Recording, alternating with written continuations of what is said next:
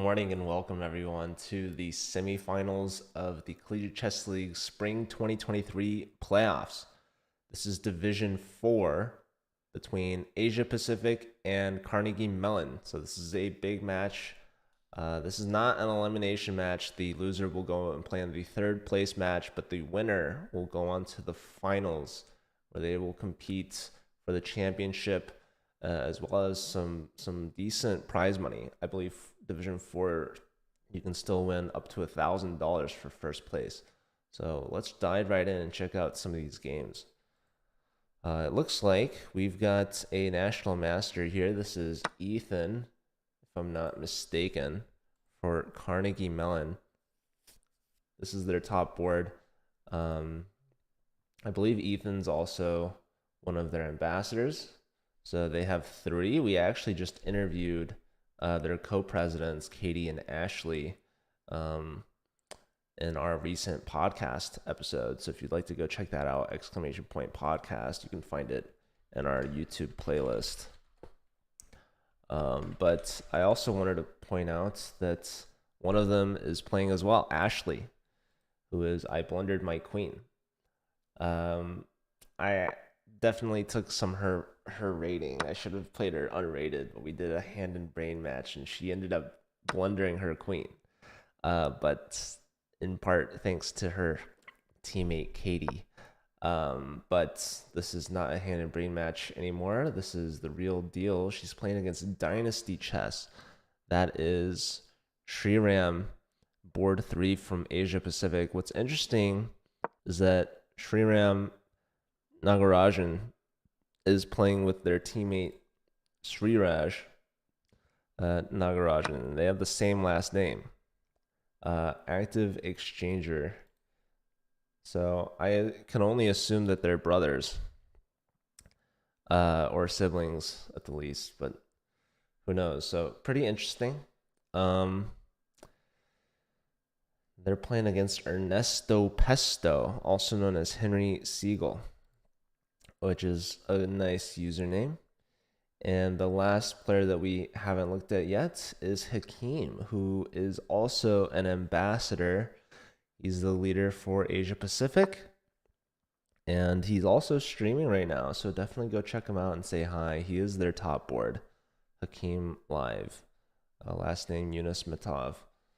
He's taking on Kevin He, the bottom board from Carnegie, although he's not the lowest rated.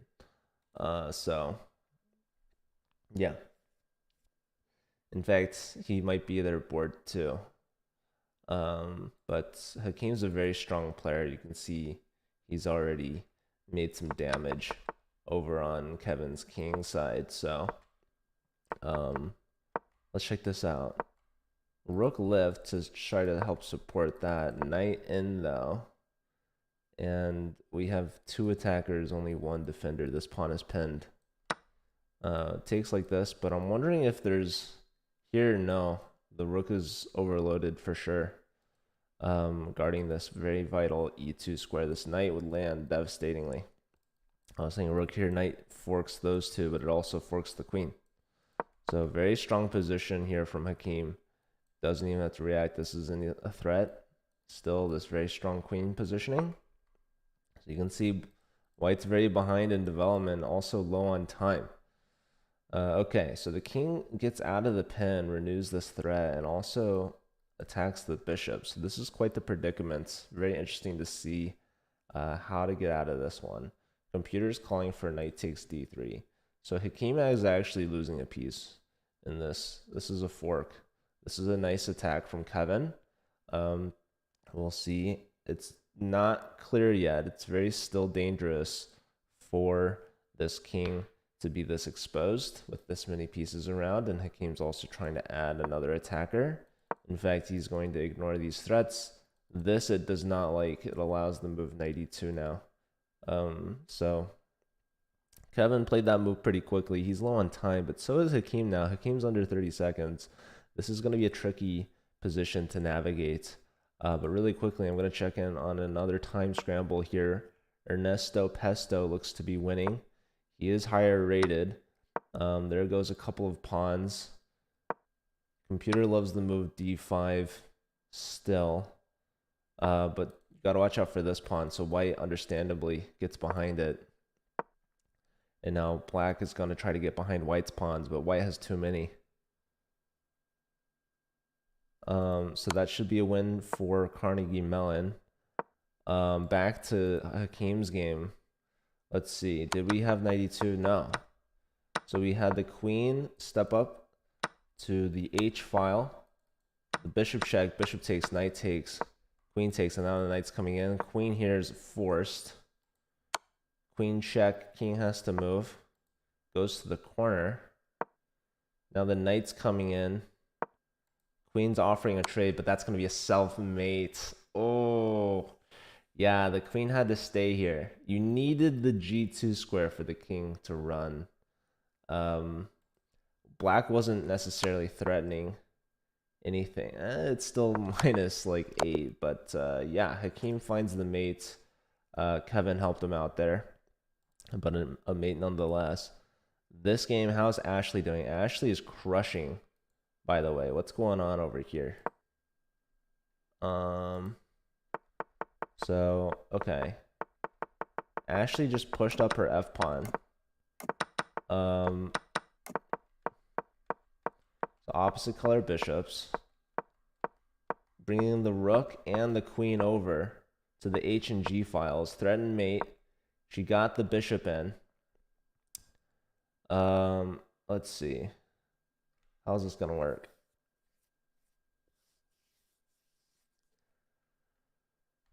Very low time for Ashley, but her opponent has even less time. All right, bishop opposite.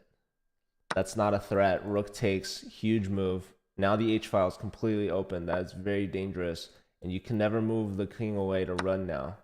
Now here we see the knight sacrifice, discovery on the queen, and that's going to be mate. Queen takes, rook takes his mate, taking the queen for extra measure, perhaps, but not really necessary. 1 second for, yeah, you just flags. And we have one last game left, the National Master, taking on Naveen. So let me start putting in some points. Ashley gets 1. Hakim gets 1. So that's tied 1-1. And then Ernesto Pesto, Henry, gets 1. So 2-point lead right now for Carnegie. Can their top board add on to it? He is the favorite. He's the National Master. He's the highest rated player out of all of them so far. And he has the black pieces here. So you can see he has a bit of an advantage, but he's going to lose his F pawn. Luckily, he's got 2 of them. Ooh, not taking with the rook. Very smooth from Naveen for sure. Making sure that that rook stays on the A file to prevent black from pushing those pawns. But the rook is going to come to the 4th rank to support the A pawn push and is threatening rook to B3. Doesn't play it because the king is going to be close enough to catch these pawns. Okay, he's pushing now. Oh, he's threatening a fork and the H pawn. No time to respond, only 3 seconds. So he moves the king out of the way. The rook gives a check, but the king is entering. I love the rook back over here. Okay, yep. These pawns are too quick. There's a check. The king's going to win this, but can you stop these pawns in time? I don't think so. Rook is back, but B2 is threatened and now played. So you don't even have to save your rook. You could just promote. All right. Queen's on the board. There's a check. There's going to be a second queen on the board there, but... Oh, hold on. Yep. Queen H1, big threat. There's a check to give, but you're going to run out at some point. There's mate. GG. So Ethan gives Carnegie Mellon a 3-1 lead. So winning on every board except against Hakim. So Hakim's going to try to keep their team in it close, but is it going to be close enough? Is Carnegie Mellon going to be able to pull away after this? Or is Asia Pacific going to answer back?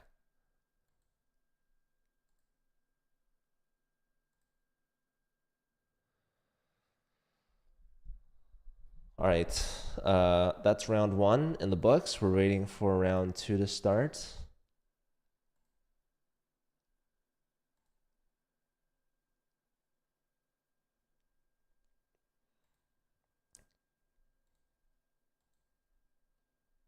Let me check on, if you do exclamation point NACE, you should be able to find the brackets, how they got here. And I also want to check out the prizes as well. So let's look into both of these. So prizes for 4th place. Right now, if they lose both matches remaining, they're guaranteed at least 400. If they win today, then they're guaranteed 800. So they have a chance to double up on their money. But the first place prize is $1,000, like I mentioned. If I go to the NACE website, Division 4, it looks like Carnegie Mellon upset the top-rated Wash U in St. Louis team by a very close margin, 8.5 to 7.5. Carnegie Mellon had to play through the wild card weekend, where they took down UCLA's B team by an impressive 11 to 5. So Carnegie Mellon right now is doing very well. Asia Pacific, meanwhile, they also pre-qualified for the quarterfinals. Also not in regard to Carnegie Mellon, but they won 8.5 to 7.5, ending University of Texas's B team their season. So yeah, I mean, both these teams are qualified to be here, and they both had very close quarterfinals matches, only winning by 1 point. That's the closest margin in this format. So now we have round 2 underway. Yeah, they're trying to add on to their prize funds as well as make it to the finals. So they're going to be playing against the winner between Stony Brook in New York and Houston. So both of those are A teams. In fact, all these teams remaining are A teams for these schools. These are the best teams that each school has to offer. So some very strong teams in Division 4. Division 4 is the highest division that we are not covering for fair play check in the Zoom proctor call. But of course, I mean, all the divisions are still getting fair play check. Katie for fun, thanks for the follow. Is that the Katie? There's only one Katie that I know about in the college chess world. I mean, that might not be true. I mean, okay, I know a Kate that's technically in college chess. But I mean, when we're talking Carnegie Mellon here, I don't know. Maybe it's just some random Katie and they're like, why is this guy talking about me? It's really weird. I'm gonna leave. I'm gonna unfollow. I regret my decision. Okay, anyways, we've got our pal here, Ernesto Pesto, taking on Hakeem. So Hakeem's the top player from Asia Pacific. He's the only player that won in that first round. It's me, hi Joe. Hello. Okay, welcome. You tuned in at a good time. Your team is winning. You guys are up 3-1 right now. You're guaranteed $400 already with your last week's upset over Wash U in St. Louis. You took down your hometown team. You took down the only team in St. Louis that's not scholarship. But it was a narrow defeat, 8.5, 7.5. I just checked the bracket. But you guys won by 1 point, and now you're playing Asia Pacific. If you win this, you double your money. So right now you're at $400, which hopefully can help out your club somehow. But there's still a lot of chess left to be played. You can never count out Asia Pacific. They're a tough team. You didn't know that you didn't know that you guys won against Washi last week. Okay, all right. Well, anywho, yeah, I would have loved to have gone to I would have gone to Wash U if they accepted me. I think WashU is a great school. I visited their chess club. Um, when did I do that? I did that like right before the Sinkfield Cup. I'm pretty sure. Or was it? No, no, no, no. That was a different time. When I visited the Sinkfield Cup, the only school I visited was Southern Illinois University of Edwardsville, SIUE. But I had visited the WashU chess club before that. I want to say it was 2021.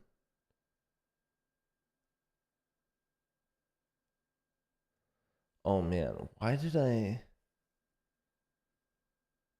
go?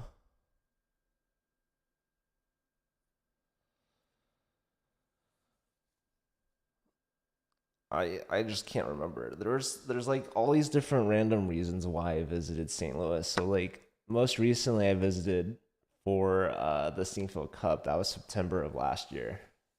But I had already visited WashU at that point. Anyways, I'll have to go back at some point. You're not in CCL this semester. WashU is such a beautiful campus. I would have considered it if they had my major. Dang, they didn't even have your major. What is this move? Oh, okay. I thought the queen was guarding that square, but it's not. That's a knight. Anyways, so Ernesto Pesto grabbing a pawn, a very valuable pawn in the center. This is going to allow black to push this D pawn, which is now connected and passed, by the way. So probably whatever white played in their last move was a mistake. Pawn takes, bishop takes. Yeah, maybe even right here, you need to take back with a pawn, right? Otherwise, you're just losing the D pawn, which is, like I said, very valuable. Knight takes, and now Hakeem is actually down a pawn. And a very, very strong pawn at that. And Hakeem is their top board. He's playing against Henry, who is the board 3, although maybe rated as, well, maybe board, no, they would be board 2. No, sorry. They would be board 3 if you look by ratings. Carnegie Mellon's weakest player is Ashley, who is very strong. So that's how you know you have a good team, is when your weakest player is Ashley. And by weakest, I mean lowest rated. They're very close in rating. They're very well rounded. They're built to win. You know, that this is a team that is going deep in the playoffs. I think Carnegie Mellon specifically crafted this team. They're starting off strong with Ethan, whose username I actually don't. I forgot if that was ever explained. Probably it was, what RTD stands for. But anyways, looks like his opponent's got a good position here, but has about less than half of Ethan's time. So Ethan's definitely getting in on the dark squares. He's got this beautiful bishop. Black, though, does have... Ooh, they had a fork. Knight c3 was missed, and that's partially why having that time advantage is so huge. Black feels the pressure. Queen here is just an instinct move, just immediately attacking a pawn. Black just saw that and reacted immediately, but if they had some extra time, maybe they could slow things down a little bit and see that they had this tactic to win an exchange. And if takes here, I mean, look at that. Queen's guarding it as well. So the queen actually wouldn't have time to even take this pawn. The queen would have to do something passive to be defensive, which is not really what you want to do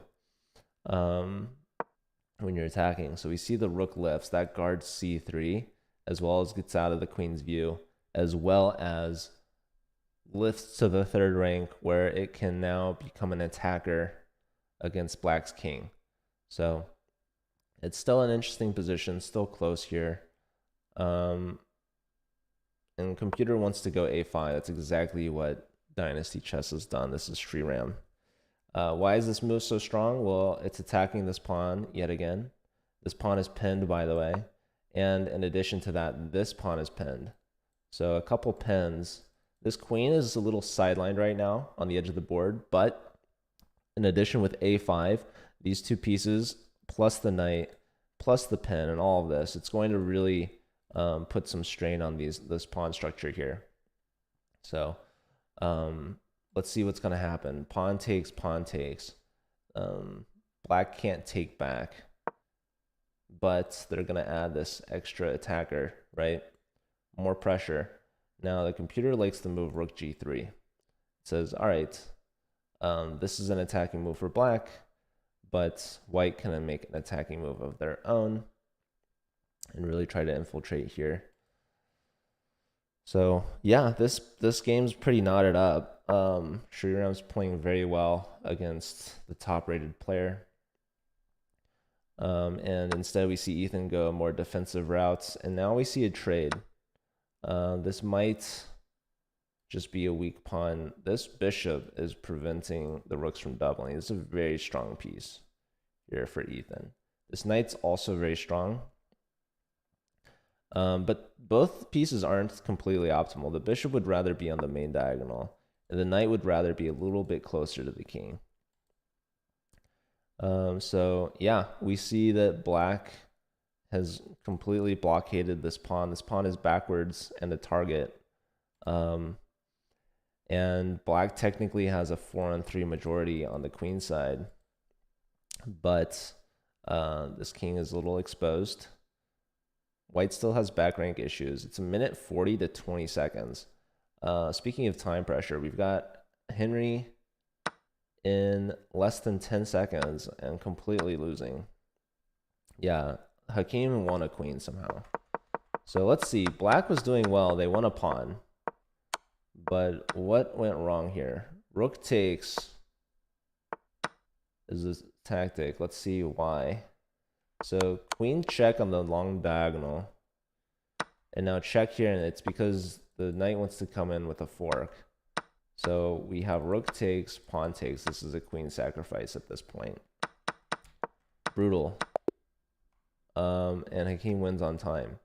So big point for Hakeem. He's continuing his win streak. He's now at 2 out of 2. He still has the only points for Asia Pacific. So if Carnegie Mellon can win on the other boards, they don't mind if they lose every game to Hakeem. He can have those points because their team's going to lose if it's just him. So the rest of his teammates need to really pick it up. Okay, pushing the A pawn, I'm curious about. I would have pushed maybe the C pawn and defended that way, but not too big of a deal.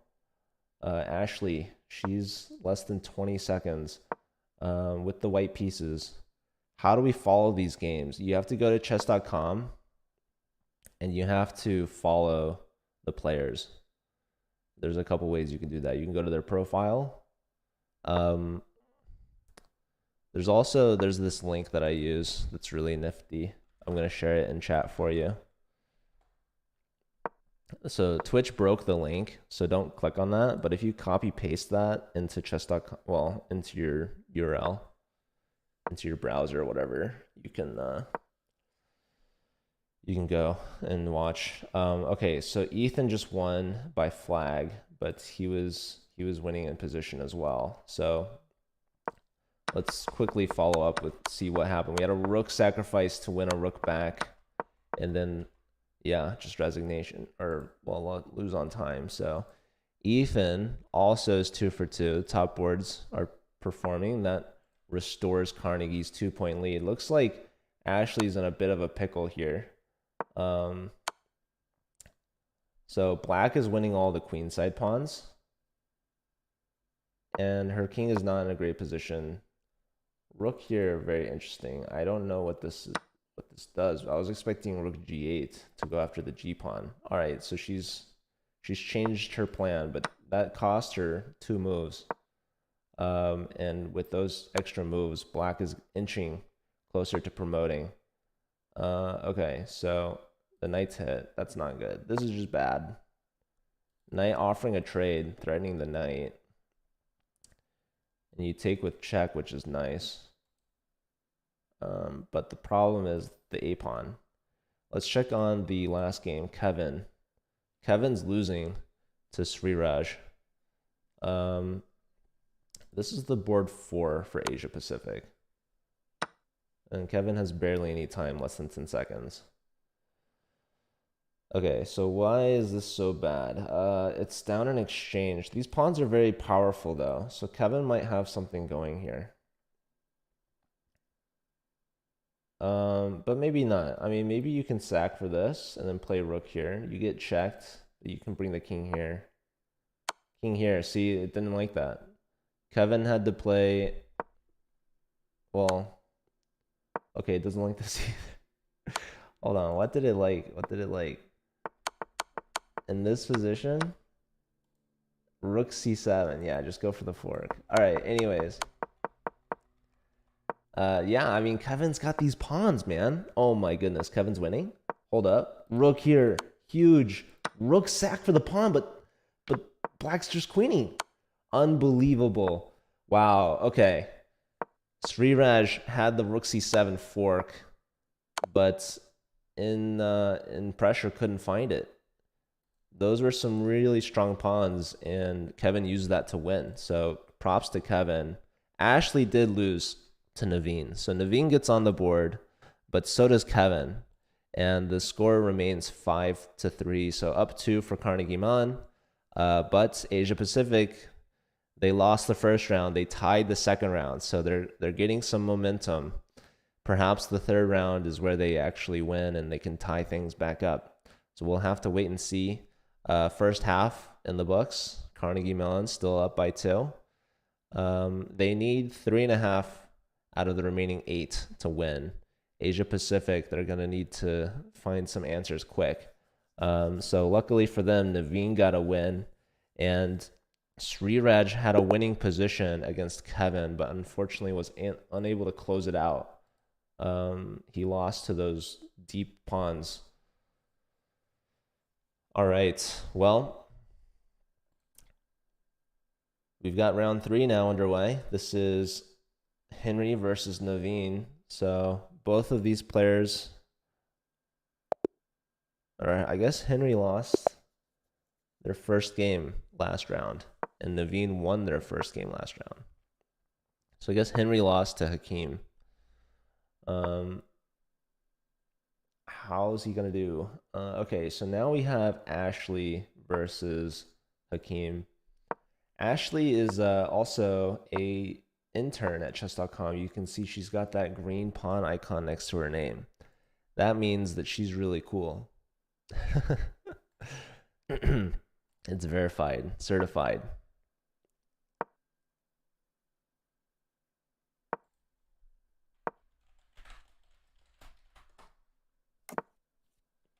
I also want to mention after this matchup, we have UC Santa Barbara's B team taking on George Mason University in Division 6. So 2 divisions below this one, but still pretty hype. That's a big one. That's a B team versus an A team. George Mason. I think that might be their only team, but Santa Barbara up in California.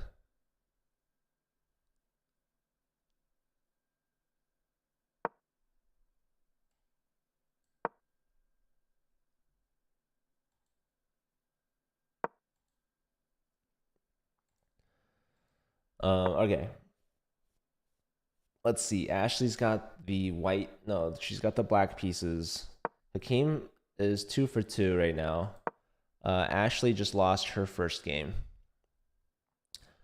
But can she put an end to Hakeem's streak? This is a big matchup. Ambassador versus Ambassador.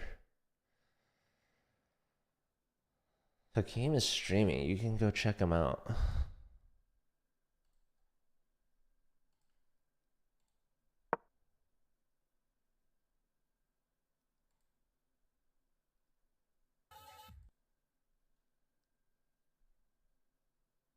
It looks like he's listening to some music. It looks like he has the same headphones as I do. All right. Anyways, let's look at the rest of the games. We've got Ethan versus Sriraj.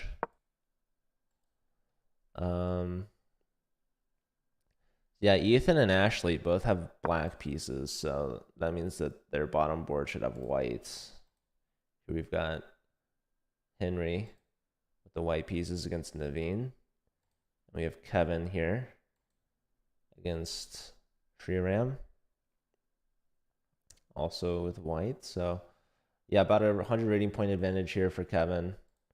Naveen is higher rated than Henry. Hakeem, of course, is higher rated, and Ethan, of course, higher rated. So yeah, it's a pretty even matchup. I do think that Carnegie Mellon definitely, they have the higher rated top board. They have the higher rated bottom board. They're definitely the favorite in terms of rating, and they are winning. So we'll see. I mean, Asia Pacific, they were higher in terms of seeding based off the bracket. So very interesting. I guess maybe these two teams have played already in the regular season. They should both be in group B, I want to say. So let's see. Carnegie Mellon. Yeah, they did play Asia Pacific, but it actually wasn't a match. It looks like they had a forfeit loss. So,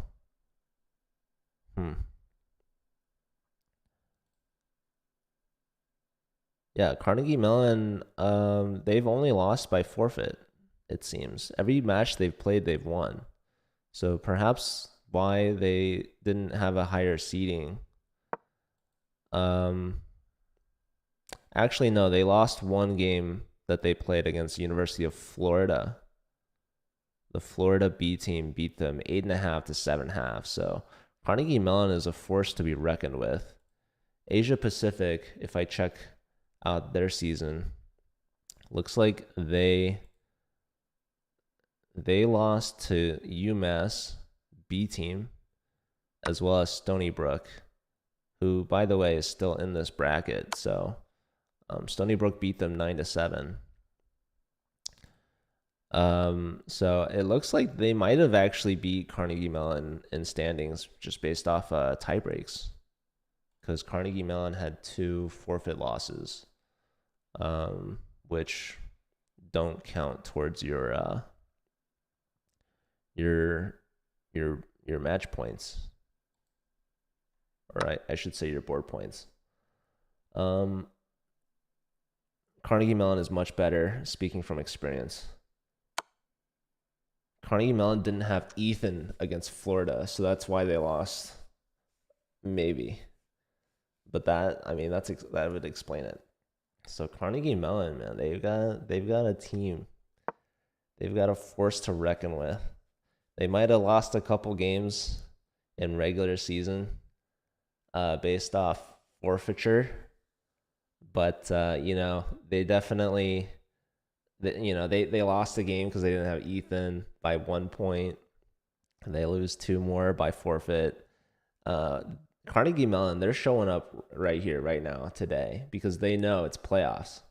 They know when it counts, when it matters. And so they're definitely putting in their effort here. They've got money on the line. They've got the championship on the line. Not in this match, but the road to the championship. They won it all.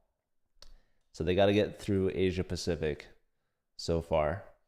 And right now, Hakeem's got a very interesting position. There was a knight sack on f2. Or was the bishop... Hold on. Let's look at this this idea from Ashley. So she takes on f2. What she wants is the knight fork. She wants to win the knight back, right? Computer actually likes king takes f2, bishop check, king g1, probably bishop takes, but then you have issues here, right? So the knight's actually protected tactically. Hakeem kind of pulls the trigger early with bishop takes, queen check, and now the bishop was used defensively. There's no longer any tactic back. You can take this knight now. Although the computer does not like that. Probably because I'm confused. Hold on. Why? What's wrong with king takes f2? It likes queen c2, queen takes c2, rook takes c2, rook e2, rook takes, king takes. Oh, because you trade. Well, I don't know. I'm still confused, but it looks like maybe white lost a piece earlier. Is that so? I don't know. Oh, white did sacrifice the bishop. Okay, very interesting. Knight here trying to win the bishop, right? Taking advantage of this pin. So black has two pieces hanging, but they are up a piece. It's a very interesting position. This is a big matchup here. Hakeem hasn't lost yet. Let's check in. Okay, so deciding to save the knight, but she's giving up the bishop.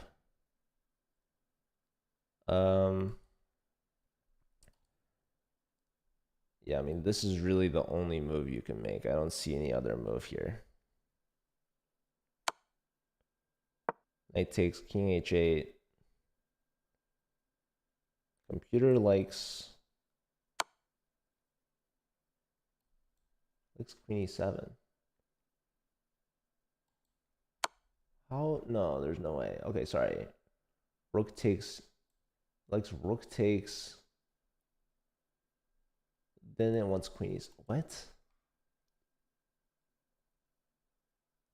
Oh my god, bishop check is so deadly.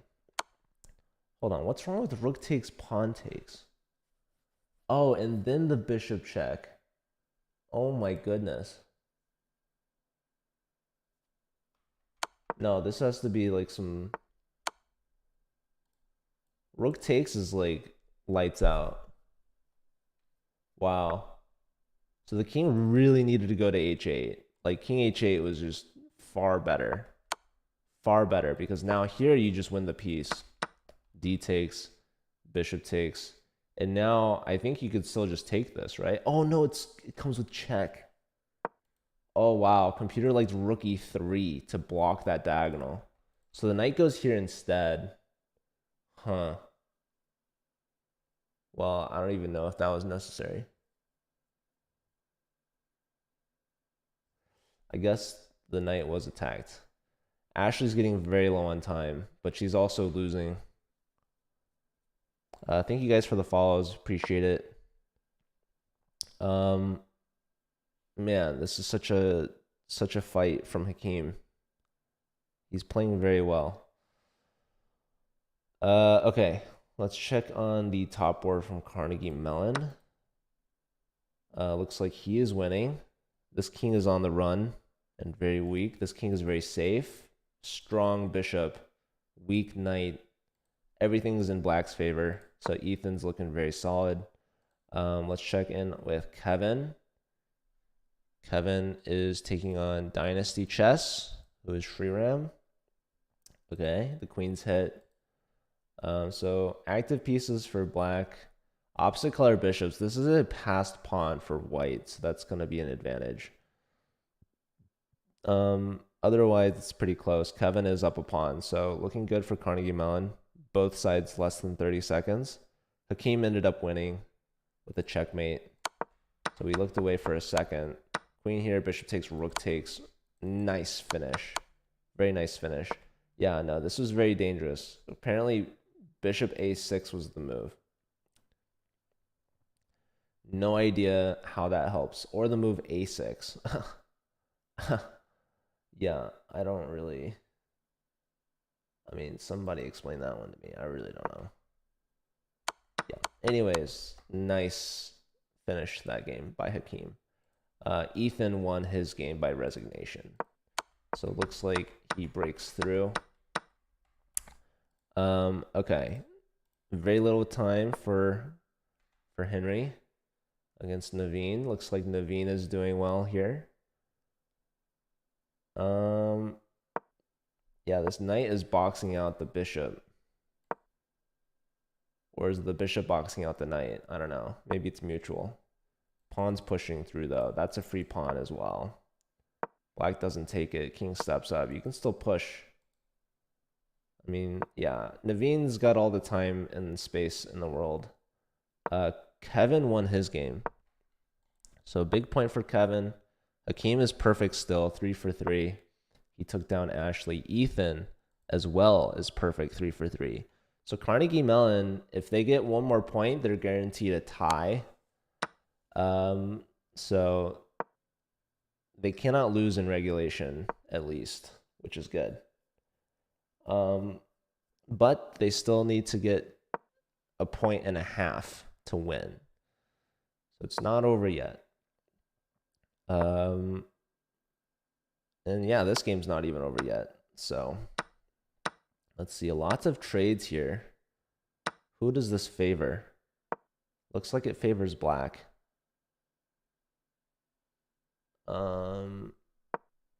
Yeah, king steps over, but what's the plan really? You're gonna come over here? And then what, here? No, good luck with that. Naveen wins on time.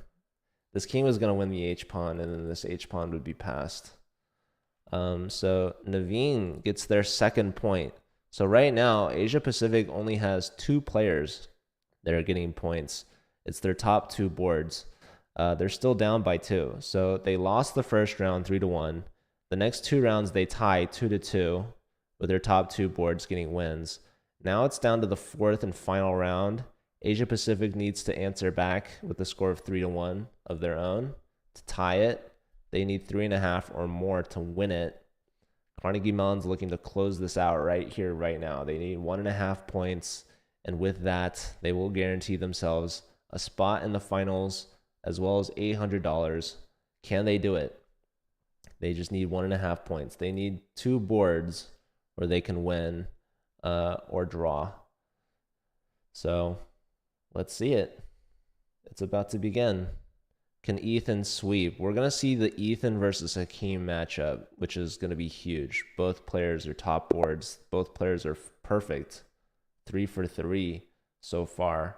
Here we're starting off with Sriram versus Henry.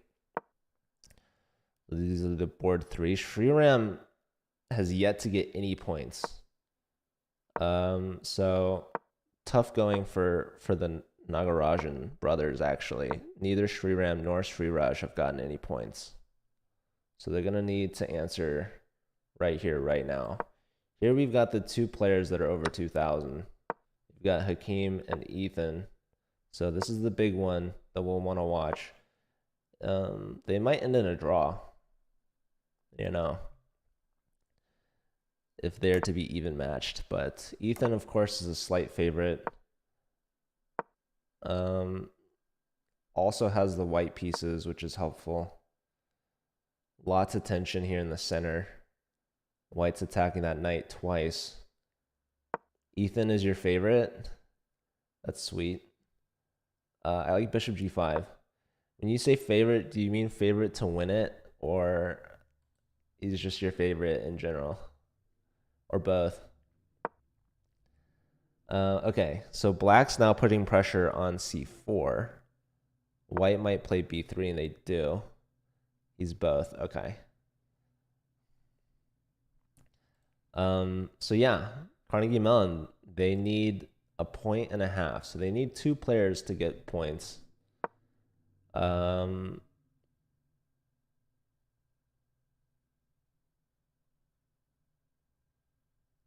Asia Pacific can only afford a draw or a loss, but not at the same time. So they can only give up points on one board. Otherwise, the rest of their team needs to win out. Or, okay, I guess technically they could afford 2 draws. You know what? I'm going to just stop with the hypotheticals. We're just going to watch the games be played out. We've got Ashley here versus Sriraj. So this is a favorable matchup for her. This is the lowest rated player from Asia Pacific, but it looks like she's lost her queen. So maybe she's sticking true to her username.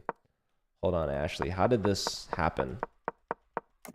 She's taking her name a little too seriously. Hold on. Did I really see a queen blunder? Oh my goodness. Ashley, explain. Explain yourself. Okay, so that's actually not good. But she's fighting on still, you know. She could still fight. Maybe there's a stalemate in the books coming up, you know? Who knows? I mean, hey, she blundered her queen. That doesn't mean that she can't come back. She's used to this. If there's anyone that has experience in positions like these, it's her. But okay, that's exactly what Asia Pacific needed. Because that's definitely a point from their lower board that they could really use. How's this game going? Okay, this is a bit more even. Both sides have their queens still. How's Naveen and Kevin doing? So Kevin is behind a little bit on development. I mean, this bishop needs to come out at some point. Computer is calling for knight d4. Attack the bishop yet again. So this is a really big advantage for Naveen. Can Naveen close it out? He is 2 for 3. So he is definitely doing well. Kevin's also 2 for 3, actually. Both these players are 1950. Only 4 rating points distinguish them. But Naveen with the white pieces looks to be doing very well. Very cramped is black. Look at all of these pieces developed in the center. There's a pawn on d5. This bishop has no legal moves. This knight is pinned. This bishop is hanging. If white plays the next top move, it's going to have to move again. Maybe even pawn push to just, you know, say, hey, let me get my bishop out. Your structure would be ruined, but okay. So anyways, I think that just makes this board more and more important. Hakeem versus Ethan. So the team's really relying on Ethan and maybe Kevin or Henry. I guess just everyone besides Ashley's queenless position. I mean, still though, she's fighting. She's gonna try her best. Let's see if she can try to hold. Maybe she can create a fortress. Bishop here is strong. Ashley is she's not giving up. So okay, knight here. I think she's losing a pawn after bishop takes. Rook take. I assume no. She's taking with a pawn, which is also some interesting decision to bring the knight here. But okay. Oh, she can get an exchange. Okay, she's activated her trap card. She gets an exchange back. She's down a queen for rook and bishop, which, you know, funnily enough, it's holdable. It is holdable. Or wait, no, it's just queen for rook. Never mind. Sorry. Black has a knight. Still holdable, but less holdable. Okay, but maybe she's going to use the open G file for her rooks. I don't know. This pawn is so weak. Her bishop's not great. Clock is about even. I mean, yeah, it's... Maybe keep an eye on Hakeem versus Ethan still. So Hakeem has the A file, but looks like Ethan is about to take it back with the rook. Ethan also has a space advantage with the pawns. Let's see. Yeah, I mean, he definitely pushed early on. He's leaving queens on. Yeah, I mean, Ethan's solid. He's up on time as well, over 30 seconds, so that could be helpful. Hakeem definitely has less space. Worst place queen for sure. But still lots of chess left to be played. It's not clear. But Hakeem can't get into time pressure. against Ethan like this. Ethan's next move is very easy. This or that or whatever. Wow, pawn push. This is a long time think by Hakeem. The great one. Thank you so much for the 100 bits. I really appreciate it. With all those matches happening, we are covering at least 4 matches today. We have one immediately right after this, which is it's set to start in 5 minutes. And then we'll have an hour break, and then we've got a huge match to cover in Division 2. We've got UT RGV's B team taking on UT Dallas's B team. So 2 Texas rivals, 2 scholarship teams. Computer hates this move. That's a free pawn right there, by the way. B takes C with tempo on the knight. That's going to remove a defender of B6 and attack the B6 pawn yet again. This is a huge breakthrough for Ethan. So Carnegie Mellon, I'm assuming they're going to win this one. Am I covering UMass today? I don't think so. Who are you guys playing and when? Because I think you guys are you playing after this? Because you guys I think are a lower division. We're covering UC Santa Barbara's B team versus George Mason University. Oh, I apologize. This is not winning that pawn. But okay. Computer likes knight b5 and just attack this thing. Not played. Pawn takes is a very natural response for sure. Rook in attacking the bishop. You just have to bring the bishop back. Yeah, and now what? Queen in with like rook in and knight b5 maybe. It's a beautiful position for Ethan. Definitely White's playing for the win. And is the clear favorite. So time pressure blunders by Hakeem. This could be his first loss of the match. And if Hakeem loses, I mean, he's asking a lot of his teammates who haven't been performing yet so far. Checking back in with Ashley. It's a queen versus a rook still. Very weak pawn structure. Perfectly placed queen. Lots of things on dark squares to avoid the light square bishop. So still looking very good for Sriraj there. Let's check in on the brother Sriram. Okay, so it looks like we've got a bad bishop here for Dynasty Chess. All the rooks have been traded. This is going to be a strong knight, perhaps. Yeah, I would trade off the bishop for the knight, probably. Okay, queen here. Pressure on the c file, I guess. But, I mean, the knight wants to move anyways, right? This should be good for Henry. I mean, I like Henry's structure for sure. But White has potential, though, to make a pass pawn on the outside, which could be a huge advantage. Is Hakeem losing yet? It's getting close to it. He's taken on f7 with tempo on the queen. And yeah, this pawn is still just a beast. So let's see. What's going on? He might even sacrifice, honestly. I don't know. I wouldn't do it. You wouldn't have to. You just bring your knight back, right? I mean, you don't even have to move the knight. You could leave the knight there. The knight comes back to e5. I mean, supernatural. Oh, you could just take that too, right? And then push through. I don't know. I mean, what's the knight even doing, really? Takes. Yeah, computer liked f3. It don't matter. d5. Let's look on another game. Let's see. No, Ashley's just getting smoked. She got forked. She resigns at this point. Dynasty Chess is getting very low on time, 15 seconds to 30 seconds. Let's give Sriraj their point. That's their first point of the match. That brings Asia Pacific within 1. They're in striking distance.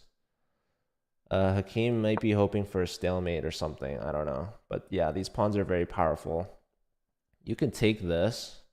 Queen takes. But you got to watch out for like perpetuals and stuff, you know? Okay, knight comes in, hitting the queen. Computer likes knight takes d5 with tempo on White's queen. Queen steps up. Maybe you push this pawn. Okay, takes now. Again, you got to watch out for these perpetuals. So queen comes back. Queen's trying to blockade the center pawns. Knight to b6, hitting the bishop. And threatening main 1. He finds it. Hakeem blunders in time. So Ethan secures 8 points for the team. They just need a draw in the remaining 2 games. And looks like Henry's going to get the job done here. So let's see. Offering a queen trade is dynasty. The queen's traded off. King goes in the center. Bishop over. Maybe bishop here. And then white's going to be in zugzwang at some point. You're never playing chess again in your life. I hate this game. Is that Ethan talking? Hold on. Your match isn't done yet. Kevin could also secure the win with a draw. And the position seems even. There goes a pawn. King is forking with the rook steps back. So Kevin's up a pawn. He's looking to trade.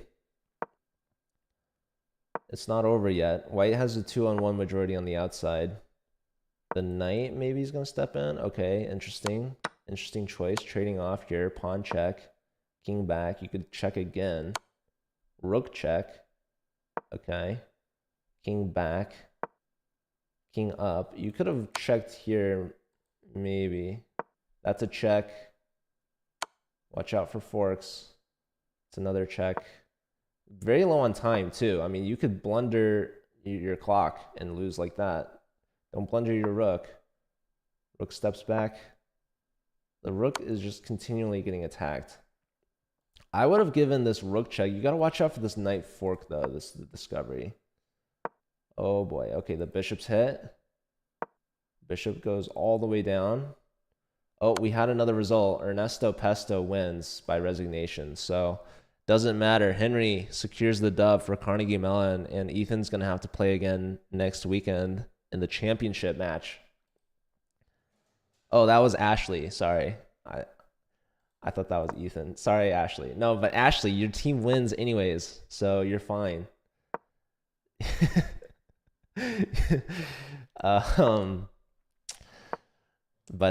Yeah, I mean, okay, you won 1 game out of 4, but that 1 point gives you the point needed to win. So Carnegie Mellon, they're 9 to, I mean, unless this game is a draw or a win for Kevin.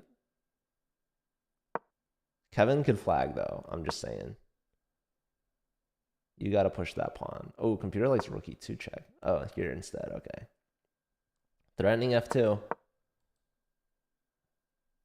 You could have taken this and pushed, but doesn't matter. Being precise here.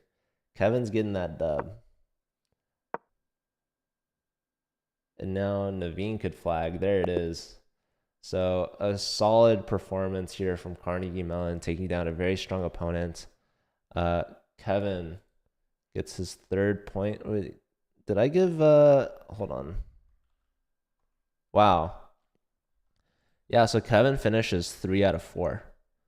And final score is 10 to 6. So Carnegie Mellon, they won the first round. They tied the second 2 rounds. And then they win the 3rd round again by 3 to 1. So very impressive. Only Sriraj got the win.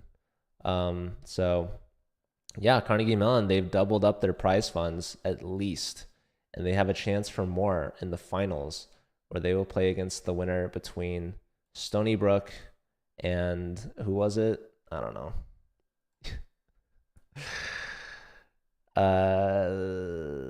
Stony Brook and someone.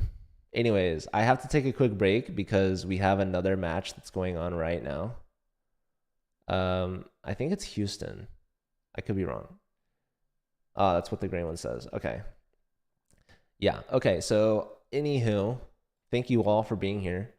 And please stick around. We've got one more match to cover immediately after this. So that's a Division 6 UC Santa Barbara's B team against George Mason University. So yeah, I'll be right back in like less than 5 minutes with that. All right. See you.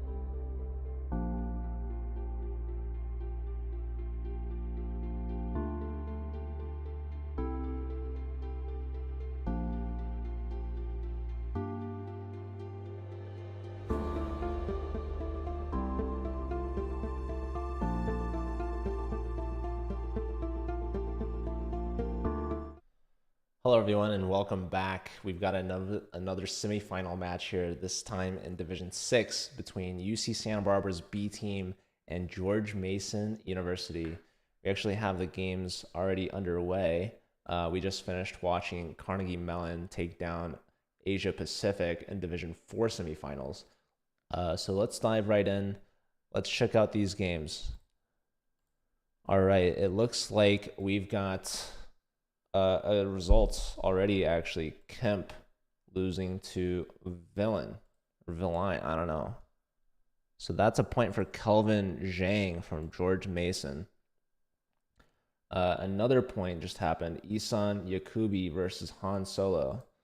So Isan took down Han Solo. So that's a 2-point lead for George Mason out the gate. 2 games remaining. So this is Tony Thick, also known as Anthony Rodriguez. Thick with 2 C's, by the way, just to be clear. Playing on Rancho. Rancho is the top board from Santa Barbara. Oh my goodness, we have another result. Santier Red wins by resignation. That is a point for Jack Feynman. So Santa Barbara gets on the board. They're back within 1. Can their top board bring it back to tied? Ron Kibble or Kibble, I don't know. I'm going to stick with Kibble. Who knows? Anyways. And yeah, there's about a minute left for both sides. Yeah, Santier Red upset win. This is 1650 versus 1860. It's about 200 rating point difference. Isan won as a higher rated player. The line won very much higher rated. Wow, a nice check-in. Was there a queen sack for that? Let's see. Bishop takes, rook up, queen takes. Very, very pretty. Very pretty, mate. Nice. So Kemp 1400. Pretty low rated compared to the rest of these teams. Tony Thick is the lowest rated player from George Mason. He's at 1559. So 1400 versus a 1500 for the bottom board matchups. It's close, but it's definitely in George Mason's favor. Also, this is George Mason's top team. This is their A team. This is Santa Barbara's B team. So definitely Santa Barbara has a uphill battle to climb here. Tony's holding on. He's got less than 10 seconds to play with, though. So Ron's trying to tie things up for his team. Ron also appears to be up in exchange for a pawn, and looks like he's going to win another pawn. That E3 pawn is hanging. So there goes that. You can't take that. That's not free. This bishop is pinned. We have resigns. So Ron ties things up at 2 points each. It's 2-2 here after the first round.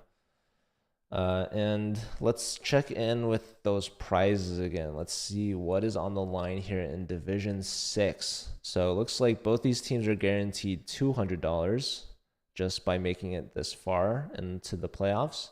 If they win today, they will double that to $400 if they get second place. But first place is a chance for $650.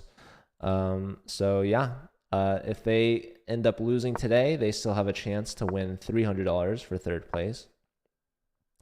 So Division 6 still has some decent prize money. There's $1,650 total.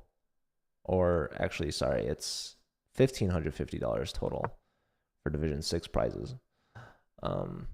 Yeah. Yep, both teams guaranteed 200. Looking to double it today. So we shall see. All right, round 2 now underway. Here we've got Tony, A-Rod versus Han Solo. That's Lucas. Lucas is the team leader. He is the captain. He is the ambassador from their club. Santa Barbara has multiple ambassadors. But But yeah, Han Solo is the one that I think of. Han Solo, such a memorable name.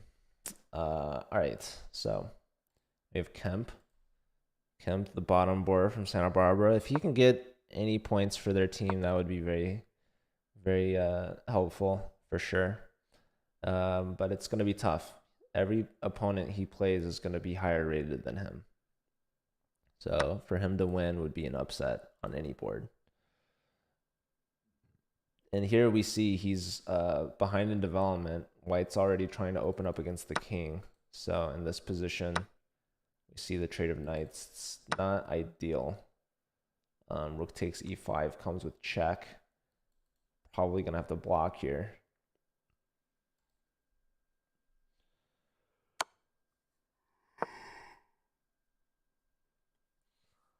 Block, and now what?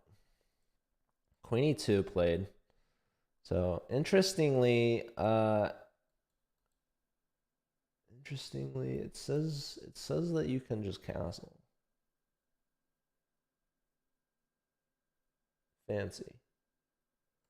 Very fancy to just castle like that. I don't really understand why, if I'm gonna be honest with you. Maybe I try the old explorer option. Let's see. Castles, bishop takes. This is bishop d6. Crazy. Crazy, crazy, crazy. And if you save the bishop, takes. Oh, the queen's guards the back rank. Okay. I figured there was some back rank issues. But is Kemp gonna find that? I don't know, man. No, he plays c6. So castling is gonna be a bit of a hassle. Bishop c4, maybe just to prevent knight d5. Because the knight wants to help guard the bishop, you know? Castling doesn't work anymore.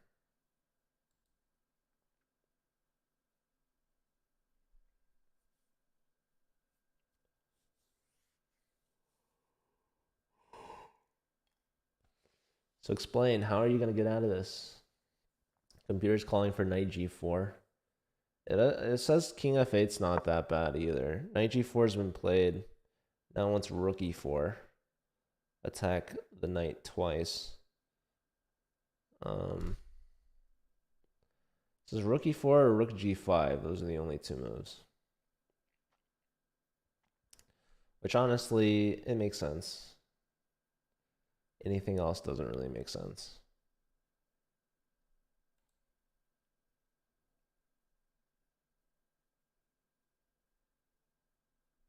Let's check in with Lucas again. So Lucas with the white pieces looks like he's up a pawn against Tony. Tony's the bottom board, so Lucas is definitely the favorite and is expecting to win. Let's check on Ron. Ron is the top board. He's playing against Isan, who won. And Isan looks like he's continuing to win. He's looking to win again. He's winning right now. So let's see how he did that. White extended a bit on the king side. Trade here, and there's a lot of pressure on this pinned piece. If you take here, bishop takes with a fork. So takes, and yeah, Isan's bringing everything he's got. Maybe just castle at this point, Ron. Just get out of there. All right, so we do see the castle, but we're going to see c3 fall. And that's not going to be pretty. Okay.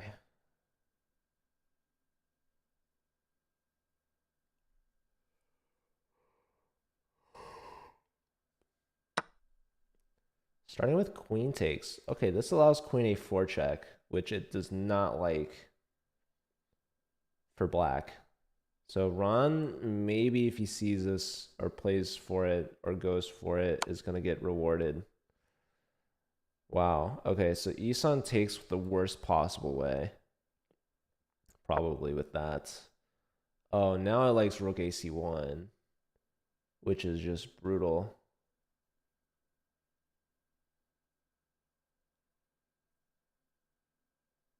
Rook a or rook f c1. I mean, black can give up the queen for two rooks, but you're threatening this. And then, I don't know, man. This, I guess. Bishop takes, it hates that move. Okay, it doesn't, it's not great. It likes bishop takes a lot now. I mean, that's going to be a power bishop. Hard to see the 2 rook sacrifice for the queen, I guess. Goes for it now. That's crazy. Rook takes, king h2. Rook h1 check, king comes here. Pawn push, holy smokes, you just missed the fork. That was the, oh my goodness. All right, well, Ron is going to win this one. Crazy stuff, man. Crazy stuff. Wow. Wow. Going with h6. He tried rook h1 and like pawn check, and that would be some sort of, at least you get the bishop, I guess. I don't know. Hey, Lance, good to see you. But yeah, Isan was crushing. Rancho let off the hook, and that's going to be a huge point swing in terms of the match standings. So bishop here looks pretty good. Pawn here is also strong. Eval bar swinging. Maybe bishop here. Try to flush the queen away, but all right, bishop here should be mate soon. Here, and then that's mate. It says mate in 2. Oh, mate in 2 starting with the move king h6 here. Oh. And then that's the mate in 2. This is mate in 1. Anyhow, yeah. This is the only move that's not mate in 1 for black. Because you get mated in 2 moves instead. So yeah, pick your poison. Alright, let's check in on here. Valine versus Santier Red. Santier Red, Jack Feynman, he was one of the only 2 point getters in the first round for Santa Barbara. He's playing against a stronger opponent, but he did that in the last round as well. So maybe Jack's a little underrated. Right now, it looks like his knight is pinned to the queens. That's going to be tough to get out of. However, the computer's saying there is a move, and it's queen to c5 check. Okay, well, is he going to play it? He's got to do it. Otherwise, you lose a piece. A minute and a half for Jack. All right, he finds the move. King h1, king in the corner.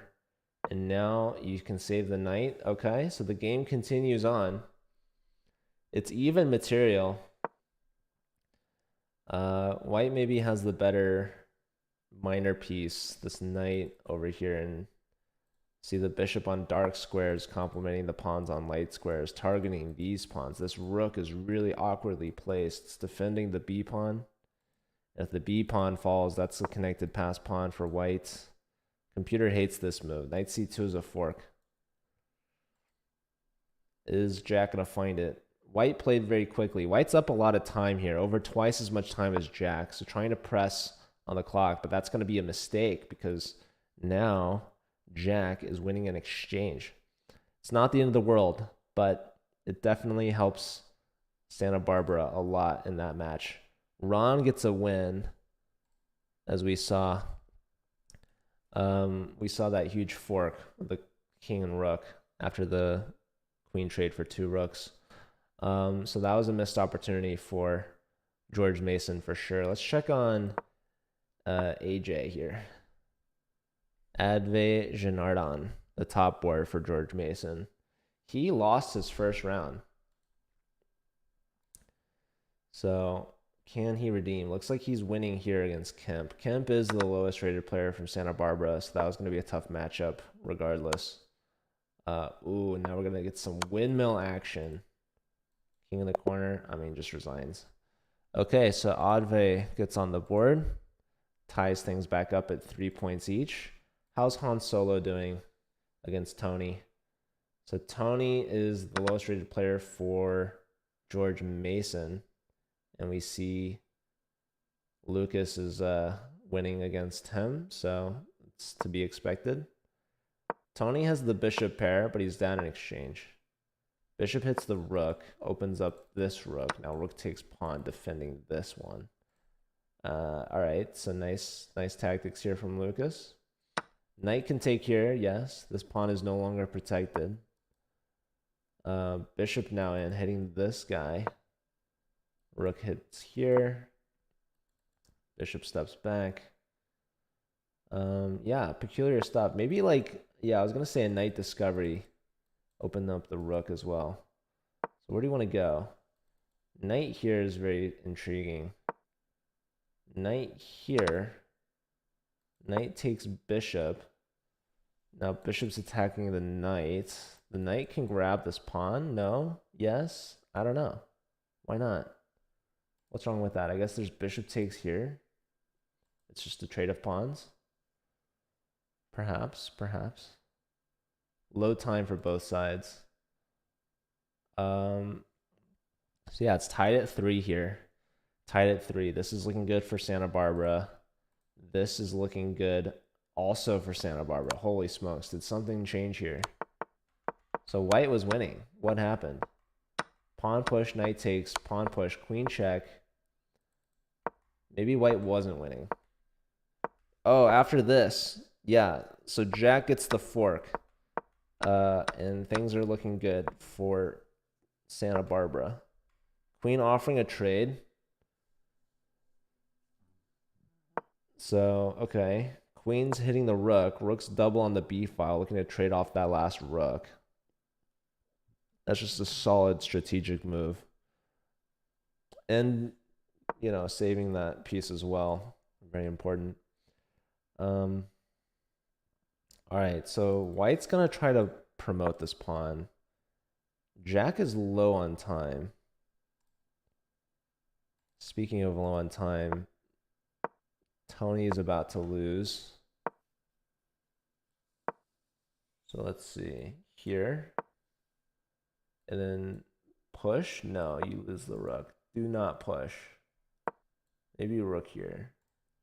All right, getting this guy involved. Tony's going to be dropping more pawns. Resigns. All right. So point for Lucas.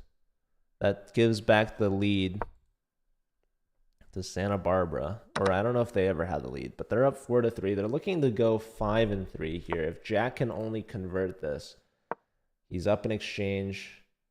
He's getting checked though. King here. No, king there. He allows the promotion.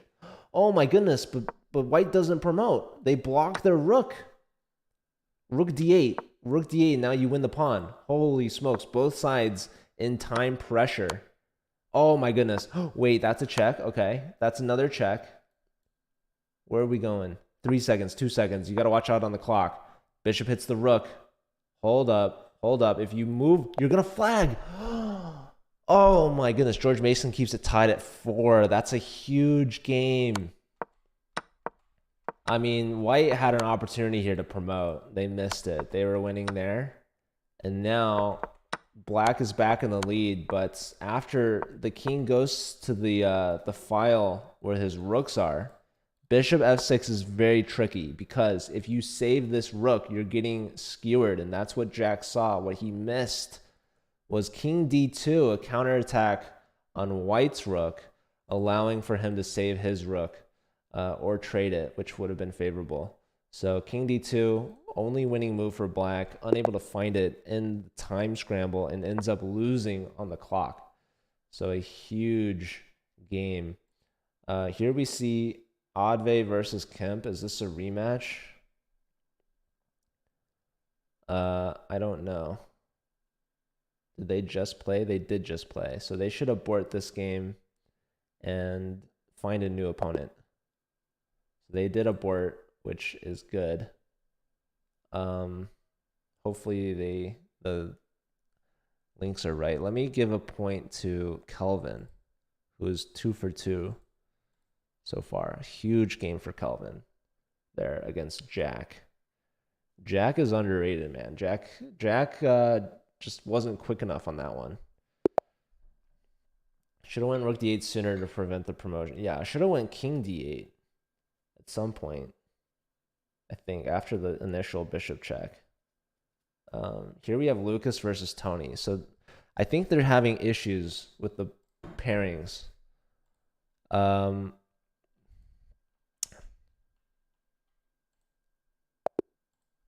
They aborted here too.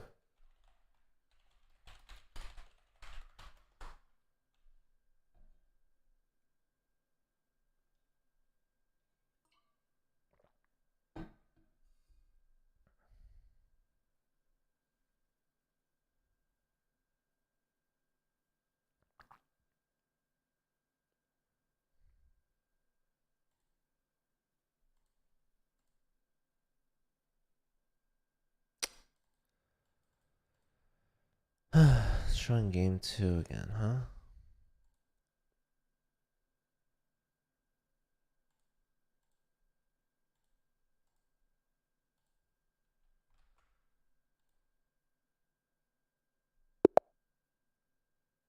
Yeah, it's messed up. So they're gonna have to challenge manually, I think, at round 3. So we'll see if we can help figure that out.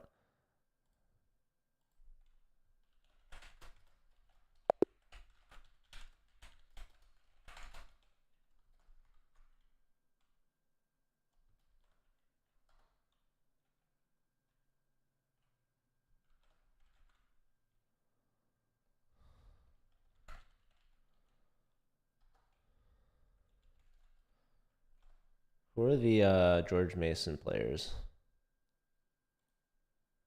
I don't really know. Okay, they had like A1 or something. At A1.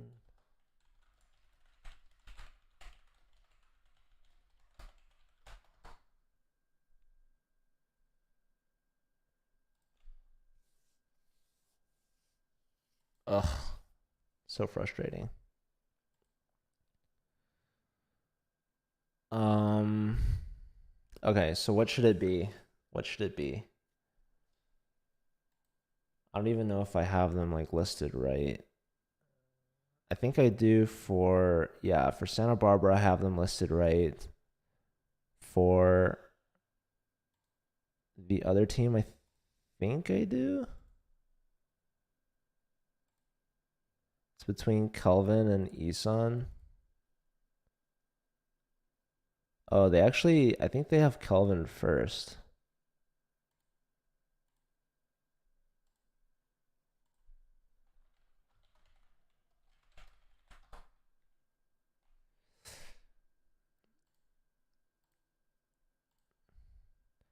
So maybe I switched them around.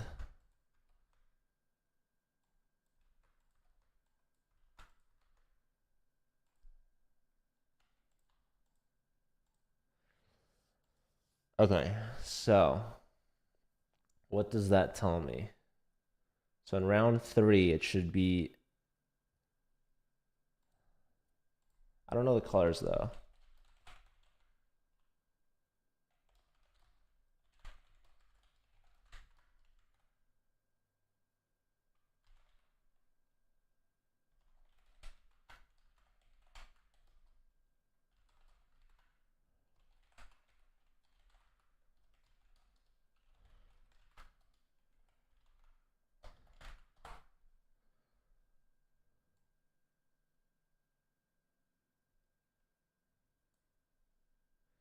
I'm letting Lucas know the pairings. So yeah, Lucas is playing the line. He's using the white pieces.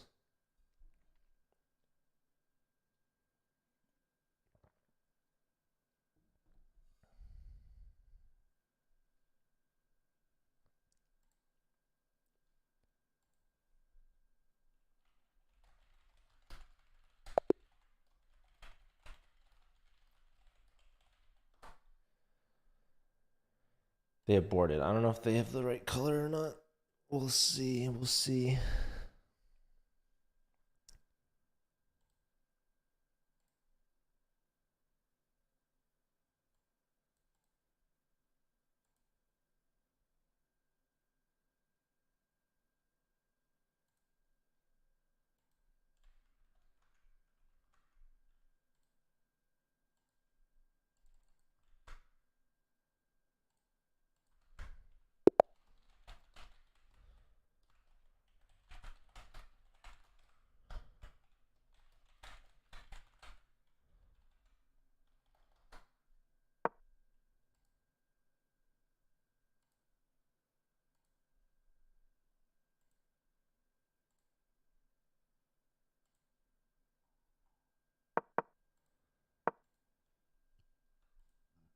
Okay, so Jack is playing Tony.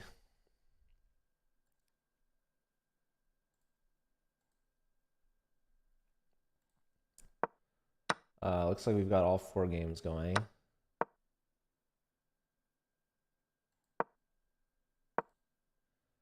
Ron versus Adve.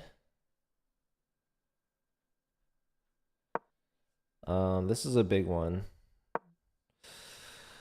Looks like both top. It looks like the team points are just completely tied, right? Like, I mean, literally so, but also the point distribution is as well. The top 2 boards are both perfect, 2 for 2. Boards 2 and 3 both have 1 point each, and the board 4s don't have any points at all. So in a perfect world, we'd see both Ron and Kelvin win and be 3 for 3. And we'd see Riley and Anthony lose and be 0 for 3. And then I guess we would have the board 3s win against the board 4s. So who knows? We'll see. We'll see. We might actually see the tie be broken in this round right here. So it looks like, yeah, Jack is a favorite against Tony. Not a surprise there. Isan is a heavy favorite against Riley. Also not a surprise there. Actually, we might just see it play out exactly how I said it. Although, and Valine heavy favorite or what? I mean, it's 200 rating points. I think Lucas can hold his own though. And yeah, Adve versus Ron. This might be where George Mason gets their lead, actually. Adve is very strong. He is higher rated than Ron. So Santa Barbara's B team is definitely outrated in this match.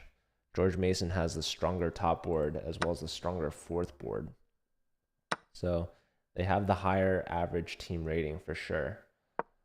But Santa Barbara, of course, they're not going to let that discourage them. They are in it to win it. They don't care about the ratings. They care about the results. So the board points are all that matter. And right now it's tied 4-4.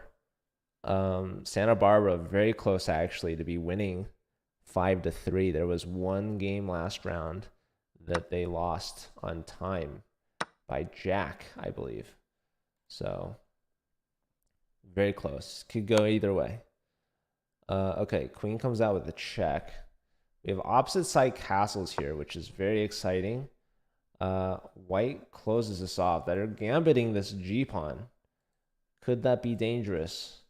It says it's the best move for black. Anything else, and you're in trouble. So, yeah, well, this is a big moment here. Is Ron going to take the pawn, or is Ron going to retreat? I think taking is dangerous, of course. You open up a file against your king. However, not taking is more dangerous because you're leaving so much firepower in front of your king for white to really work with and try to open things up even further. So big moment in this game. All right, Ron takes. He takes a pawn. He's up a pawn. He's up a pawn, but it's still a tight match. Right now, black's actually threatening to win a piece, which is pretty big. But very obvious response here is to go rook to the G file. We see a pawn push. Very interesting. Here it loves bishop takes e2, by the way.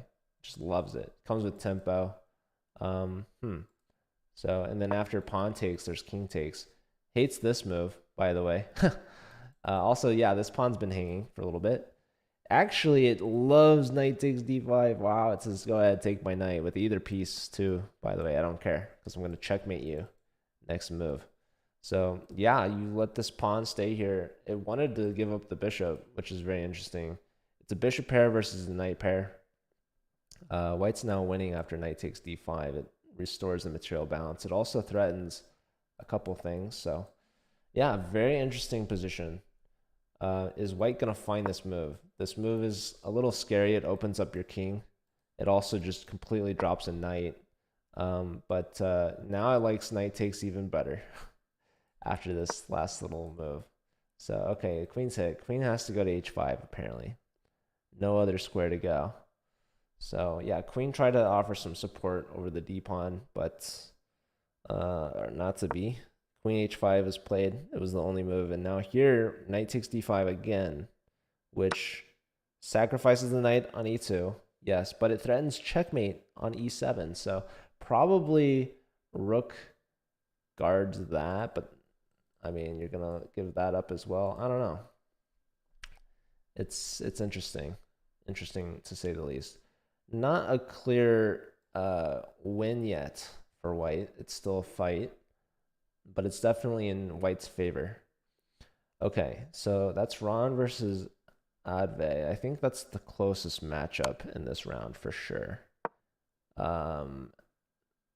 This also might be a close matchup, but oh wow, what's going on in this one? Let's check this out. What happened here? Oh, there's a fork. So Tony, yeah, catches Jack slipping. Takes, but a strong attack is brewing over here. Trade off. No queen here. I'm a little surprised. But rook comes over. Pawn push. Now the queen gets in. Uh-oh. This is very dangerous for Tony. He's got to navigate this precisely. Hey, Max. Good to see you, man. We're watching a tight matchup here between Santa Barbara and George Mason. They're tied at 4 points each. So Jack, he's the favorite in this matchup. Tony is the lowest rated player for his team at George Mason. However, it looks like Jack is creating a lot of power play. He blundered a piece earlier, so a huge opportunity for Tony. However, white's just getting in. Queen g6, I mean, you could even take here if you want. And after the trade, I mean, it might come down to like some perpetual. I mean, the knight here is just going to be a beast. You got to watch out for bishop takes tactics because that pawn's going to be overworked. The queen could take here. However, this bishop, maybe if the king's on the back rank, the bishop's needed to guard this rook from getting skewered. Lots of stuff happening right now. The rating difference isn't much. It's true. White's definitely the one pushing, but eval says with perfect play, it's a draw. However, I don't think Tony's going to find it. I'm assuming it's going to be a mistake. I don't know why Jack hasn't played Queen G6 yet. Maybe he's calculating. Queen G6, king here. I mean, Knight D5 looks great, but Rook takes is, yeah, now it likes white, of course. I mean, there's no way that Black can really expect to have good things come of this. And Knight D5 next, just like no matter what. Basically, maybe a queen check or something, but no, actually it says if you give the queen check, it likes black again. Knight d5 is the only move that holds initiative for white. It's crazy. Knight d5 has been played as well. I was thinking about bishop takes, but there's rook takes back because this pawn is not necessary to take back. Yeah, this is a huge threat. I mean, knight takes here as well as a threat. Knight takes here is a threat if the queen moves. All good things for white. And the queen's going to actually try to use the knight to deliver checkmate. So, yeah, good luck here to Tony. And yeah, the king is back home on e8, but no rights to castle and probably won't even get a chance to castle. Adve took down Ron. That's huge. So a big point, taking down the top board from Santa Barbara. Let's see how this finished out. So yeah, Ron takes the g-pawn, but he goes astray, bringing the queen in and back out. There's a check. Queen's coming in, but check here, king here, queen's lining up. Rook here and just blunders the... Wait, no, hold on. There's a knight discovered double check, and we get a smothered mate. Oh my goodness, he got him with the smothered mate. Beautiful finish to that one. So yeah, bringing the bishop back was where Ron went. Oh my god, it's a discovered double check, checkmate, smothered mate. Could you guys... I actually don't know if I've ever seen this before. I didn't realize just how incredibly amazing this was. Holy smokes, he got him good. He got him good with this. This is... He needs to play king e8, I guess. But, I mean, he's just done. He's just done. The old discovered double check checkmate. You don't think you're Oh my word. Wow, that was a big win for Adve. Okay, Kemp is very low on time against Isan, but he's holding this position. I mean, if Kemp can get a huge win against Isan or even a half a point, that would be huge for Santa Barbara, especially after their top board went down to George Mason's board 2. So we'll see if he can hold on here. Jack over here, he's cooking still. Let's see. He's taking away the light square from the king. He's really trying to mate with this knight. In fact, queen takes d5 is the top recommended move, other than bishop d4 check, which is literally the second best move. Giving a free check is worse than taking the knight with your queen. Could you imagine? This is just terrible for Tony.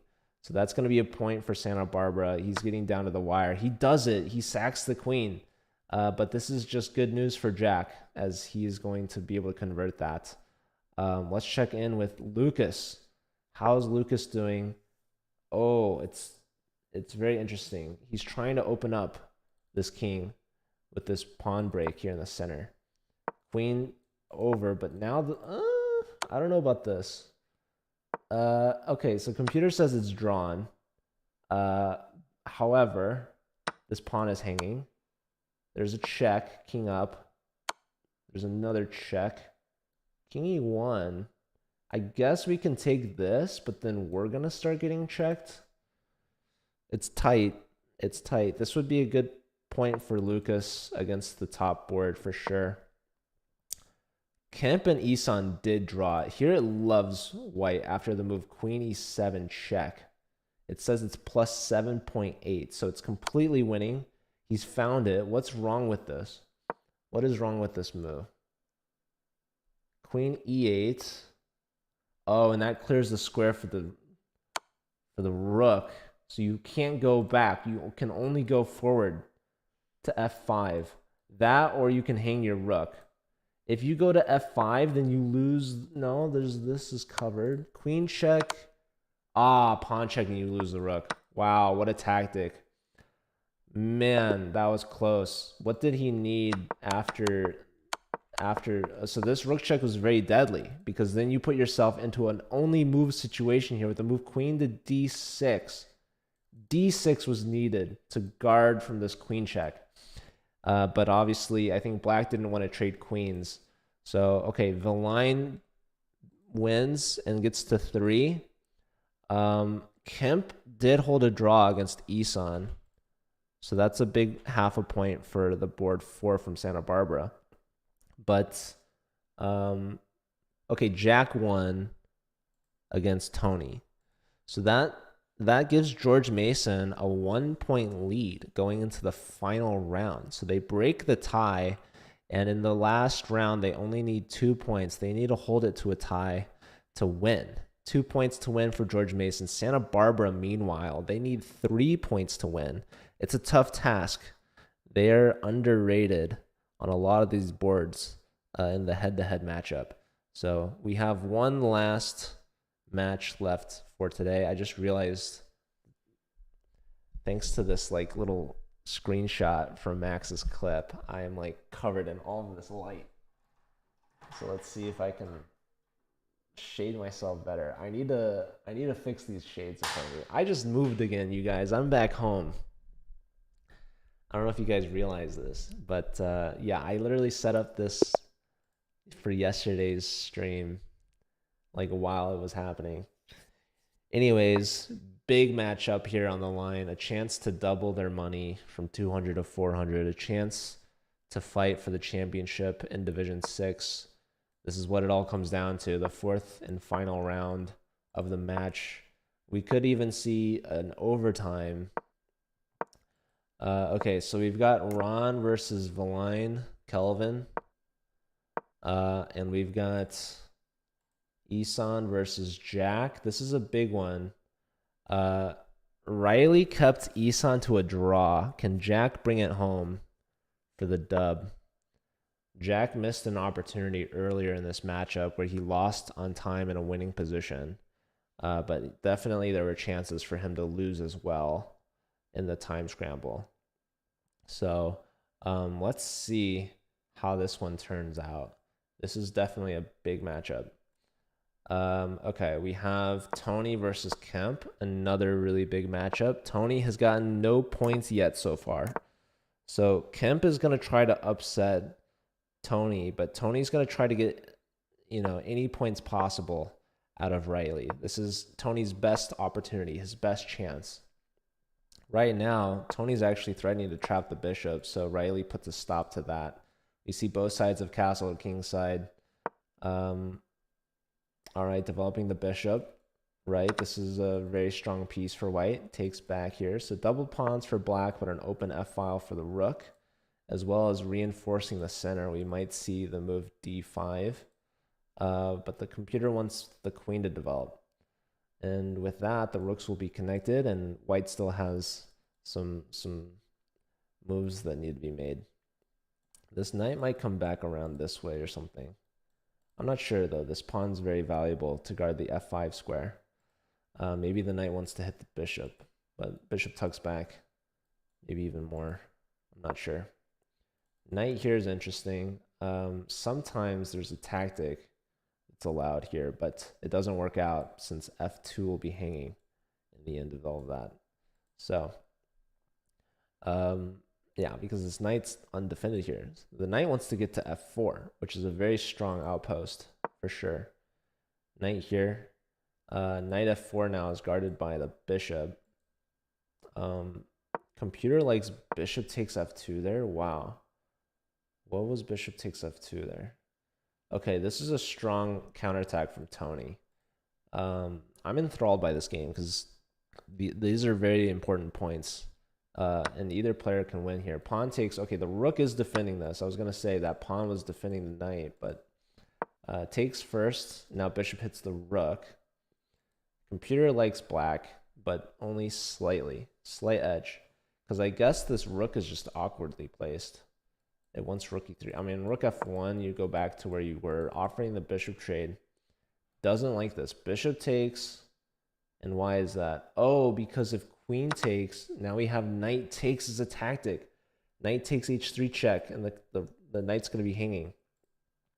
And if we took with the knight,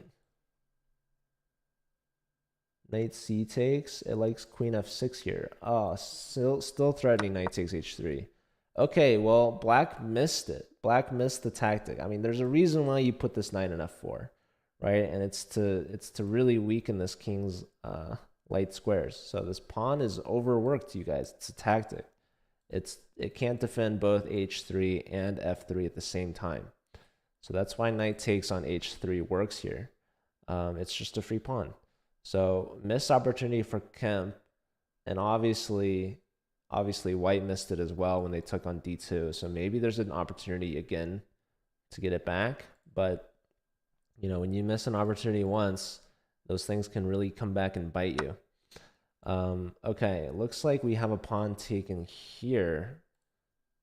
Does not like this move. Rook takes, queen takes, and maybe a rook slide over. I don't know. What's it saying? Rook takes and rook. Why can't we take this? Somebody tell me. Pawn push? I really don't know. Oh, is there... No. Knight here first. Attacking the rook and defending this knight. I don't know, guys. There's some tactics abound. White's trying to take on a5 to remove the defender of the knights. Maybe like this knight over was better. I don't know, man. I don't know. Other than the queen would defend this then.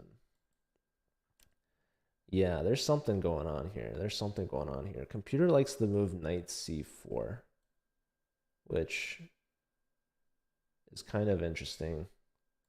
It's just saying giving up the exchange. And I actually don't see this happening. I think that the rook is going to move, and then I think black's going to take here.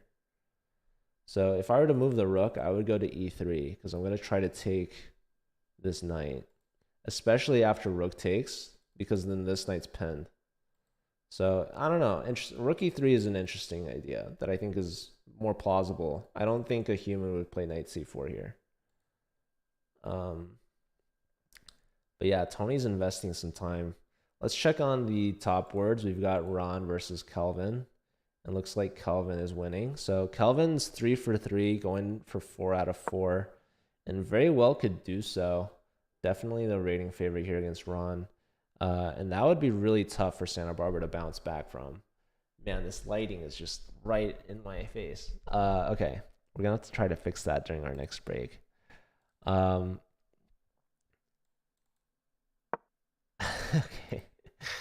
Okay. Let's check on Isan versus Jack. This is kind of like a must win, I think, for Jack. Jack has definitely been playing very well, and we can see he's definitely the favorite here in this rook and pawn endgame. Can he convert, though, is the question. White's going to try to make an outside pass pawn. Let's see. Rook check, king back, and now pawn push. No, another check. Very interesting. Yeah, I would give this check, king down, and I would push this pawn. There you go. All right, so black trying to make progress. Push again. Oh, very interesting. Here, instead defending. Let's check in on Lucas. Lucas with the white pieces. He also is a leader for Santa Barbara, and he's lower rated, but I think that he's gonna try to push this for a win. Like, I think Santa Barbara is desperate. Santa Barbara is desperate. If Kelvin wins against Ron, which is looking like the case, then George Mason will only need 1 point to win, which means Santa Barbara would need to win out on the remaining boards, which honestly I think is possible. Yeah, computer hates this position. It wants to trade here, which okay has happened. It likes taking here, which is very smart. But okay, we didn't see that. Now the knight's got to move. Probably knight d4. Or maybe knight here. I don't know. e3 check is annoying. So yeah, Kelvin's just up a pawn, and it's a strong pawn. So, okay, e3 check is a move. You can trade. But, you know, Ron could hold this to a draw. It's very possible, for sure. Which would be very helpful for the Santa Barbara team. Okay, so there's one check. King has to move. Probably to e2. Computer likes g1 best, which is very passive. e2, knight takes with check, rook takes, and then you get hit with rook c2, which is very annoying. You have to take this. You have to just let that happen. And yeah, I mean, this pawn is just so annoying. So that's why king e2 wasn't the best move. It liked g1. g1 is like the opposite direction you want to go, but it was the best square because your king was the least exposed. It looks like your king is helping try to blockade the pawn, but what you're doing is you're exposing your king for checks. And now, right now, I think he's deciding between these two.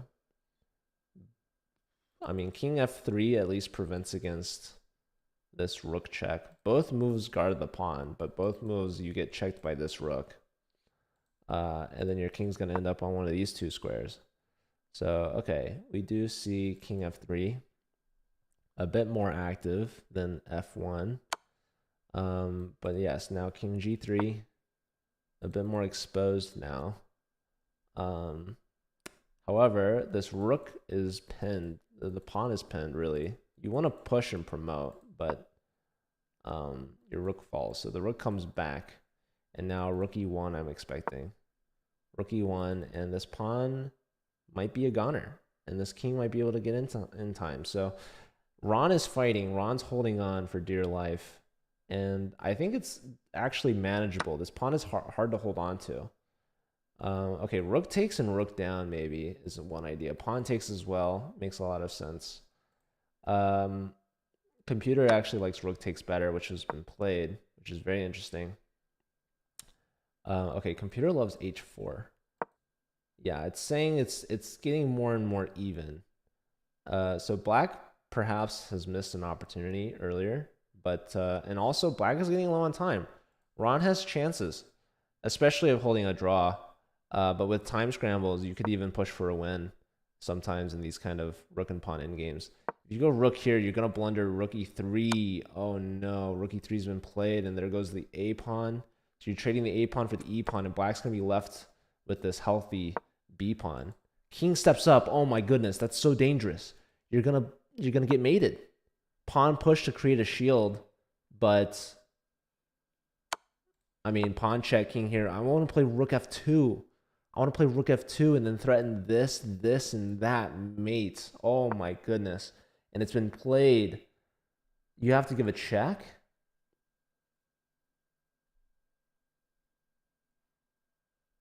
Rook b2 was such a misstep from Ron. Allowing rook e3 check is just too much, man. Too much. So another check. I mean, at least Ron has these checks. Maybe to buy him out. Jack beat Isan. That's a huge point. So that ties the score up. So there's 3 games remaining. Both teams need 2 points to win. Yeah, this was a checkmate. So it looks like the extra pawn was good enough to convert. Nicely done. Let's check on Tony versus Riley. And Riley's winning this, but he's very low on time. Trade of queens. Computer didn't like that very much. It's a rook pair versus a knight. So this is actually good for Riley, but the computer likes white. Why does the computer like white so much? Knight g6. King moves. And what? It liked b6. Oh my goodness. Now it doesn't like anyone. King f8. Surely. Knight g6 again. But then you move the king. And the king's in time. 1 second for Tony. He's got to move. He trades rooks. He gives another check. But now white's losing. Rook takes. Knight here. King over. Yeah, b6, but it's not going to be fast enough. Rook takes e4. How is that working? Rook takes. Pawn. Oh, check. It's saying it's a draw, but that's with perfect play.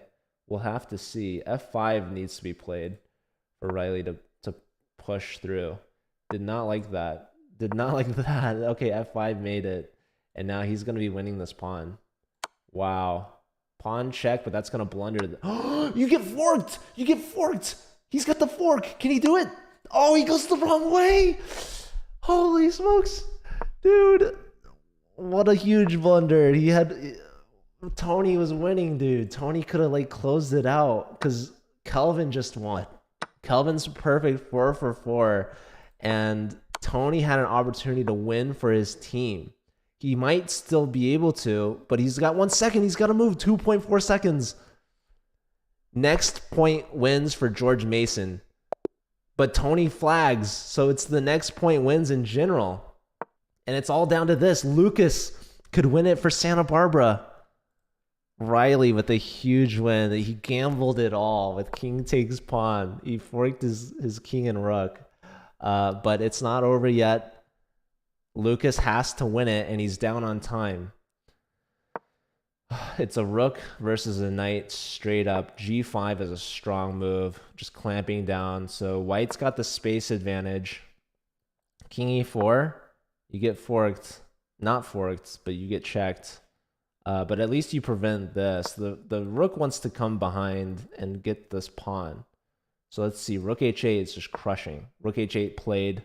You cannot save this pawn. So we see why the rook is just better. Taking towards the center, interestingly enough. Computer likes rook e8. Wow. Rook e8 was a real strong idea.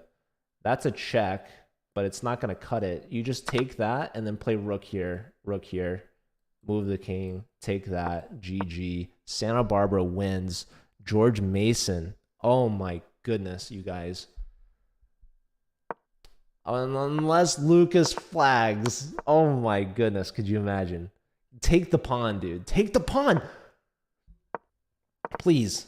Please just take the pawn. Okay. Oh, stalemate could lead to overtime, but no, he's got the mate.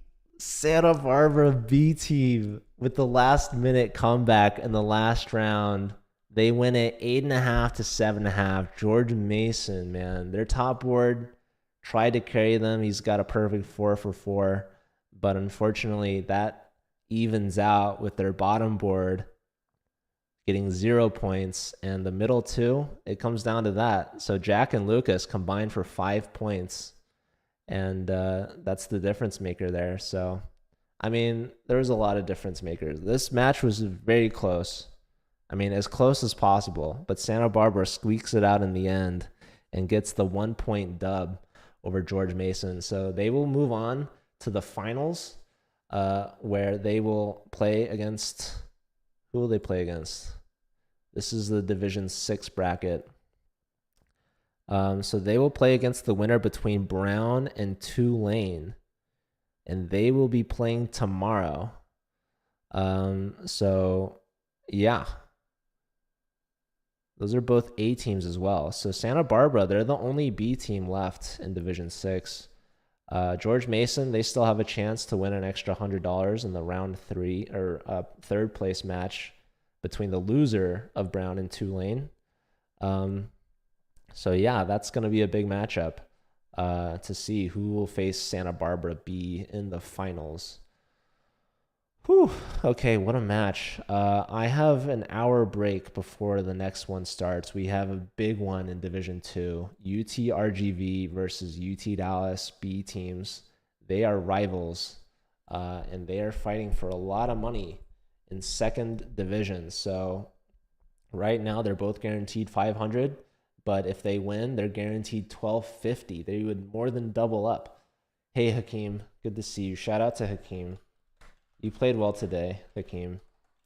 We were watching the games, but yeah, I'm done. I'm going to take an hour break, and I will be back with the Division 2 semifinals between the two Texas Titans, UT Dallas B and UTRGV B, who, by the way, are both competing as well in Division 1. UT Dallas is taking on Mizzou tomorrow, and UTRGV will take on SLU on Tuesday. So yeah, lots of college chess to be played this weekend, as well as throughout the week for some of the reschedules for Division 1. But yeah, I'm excited. We're figuring out which teams are going to be winning which prizes, which is very exciting. I know Hakeem is guaranteed some money for their semifinal spot in Division 4, and they'll have a chance to win even more money next weekend. So we've only got 2 weekends left in college chess. It's right now and next week, and that's it. Yeah, I'm looking forward to the exciting finishes of the season. So, all right, thanks everyone for being here. Thanks for watching. Congratulations again to Santa Barbara for getting that last round victory, the comeback. So yeah, good luck to them in the finals. And I will send you off on a raid, so stick around for that. And I will see you all in 1 hour. UTRGV versus UT Dallas Division 2. We'll see. All right, take care. See ya.